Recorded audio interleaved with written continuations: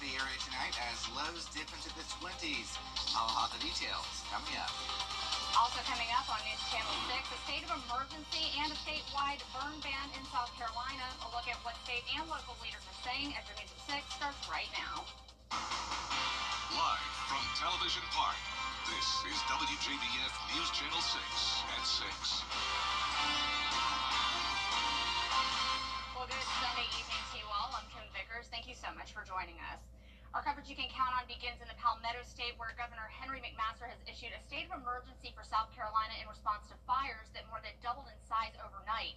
There are more than 170 of them, affecting more than 4,200 acres. A statewide burn ban issued yesterday is still in effect for every county in the state.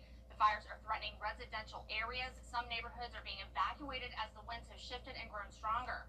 Right now, there's 0% containment. News Channel 6's Hannah McDonald spoke with a local fire department about what the burn ban means for the CSRA. Hannah?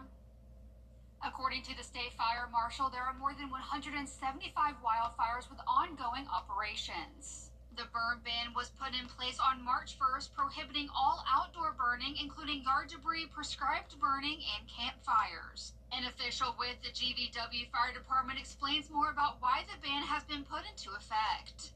With the fires that we have throughout the state right now, with the manpower that's being used, obviously it being the way it is now, it can be hard to get personnel to the area and things like that because they're in other places working, trying to mitigate fires that are happening at this moment. The weather conditions are playing a big role in these fires due to dry and windy conditions. Fittery says there would be consequences if you do not follow the burn ban.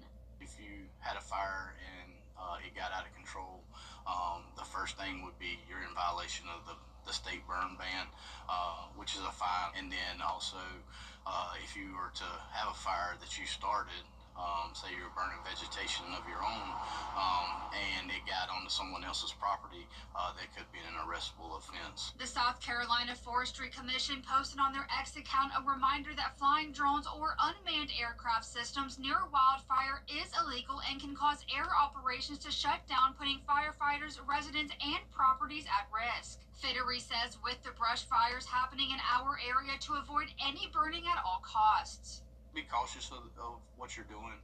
Obviously, now's not the best time to be burning, so just wait until we get some water, some rain and things like that, to be able to do your burning then when it's allowed. Obviously, now is not the time that you want to be doing it. Governor Henry McMaster said in a press release that the burn ban will be in effect until further notice, to stay informed and to call 911 if there are any immediate threats. Back to you.